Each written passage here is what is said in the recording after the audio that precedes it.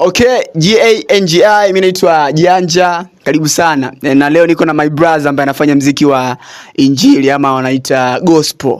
Jamaa anafanya poa sana kwenye ngoma zake ambazo anaimba. Of course unaweza kusema kwamba kama umfahamu hivi ama hujawahi kukutana naye hivi, lakini pale YouTube na ngoma zake nyingi ambazo ameziachia na video pia ameachia. So mimi nimeamua kumtembelea hapa.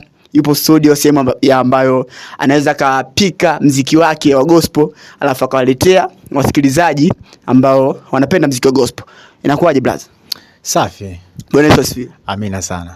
So before kabla tujaenda kwenye ngoma yako ambayo umeachia sasa hivi, ndo ngoma mpya ama wimbo mpya ambao umeuachia, nilikuwa natamani unaweza kujua wasanii ambao wanakuinspire wewe kufanya gospel, mziki wa injili ni wangapi na wakina nani? Wanao inspire ni wengi, wanani inspire kufanya hii huduma. Lakini ya sasa ambao mimi nawapenda na nawakubali sana ni kuna Watachirambo, pia kuna Obiarufa, bila kumsahau my brother Ruaga.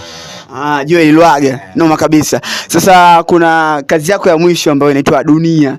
Nafikiri mpaka sasa hivi pale ina zaidi ya watazamaji 500 na kuendelea. So unaweza kuwapa kionjo kidogo mashabiki kwa wale ambao hawajausikiliza huu wimbo wafahamu kidogo, alafu baadaye tutawaambia waende pale mjini YouTube kwa ajili ya kwenda kutazama zaidi. Inawezekana. Hii nyimbo bwana ya Dunia tumezungumzia sasa ni dunia kwa nini inapotosha watu. Kuna wakati tunaaminigi ni dunia ni nzuri sana, lakini mwisho wake unakuwa gani mbaya. Kwa hiyo tumedili na hivyo vitu. Tuta nikupe kionjo kidogo. Hello dunia, unataka nini dunia?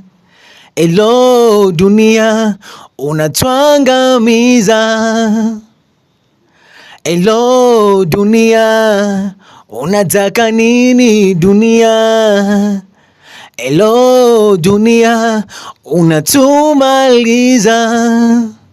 Bwana noma kabisa. Umesikia jinsi ambavyo kionjo cha wimbo mpya wa kijana wetu ambaye anafanya muziki wa injili, anaitwa Moses Pili. Ukienda pale YouTube kaandika Moses Pili, unaopata wimbo, lakini pia na ngoma zingine ambazo ameziachia kwenye muziki wa gospel. Tunamaliza kama hivyo. So endelea kumfuatilia msanii huyu, anapatikana pale YouTube.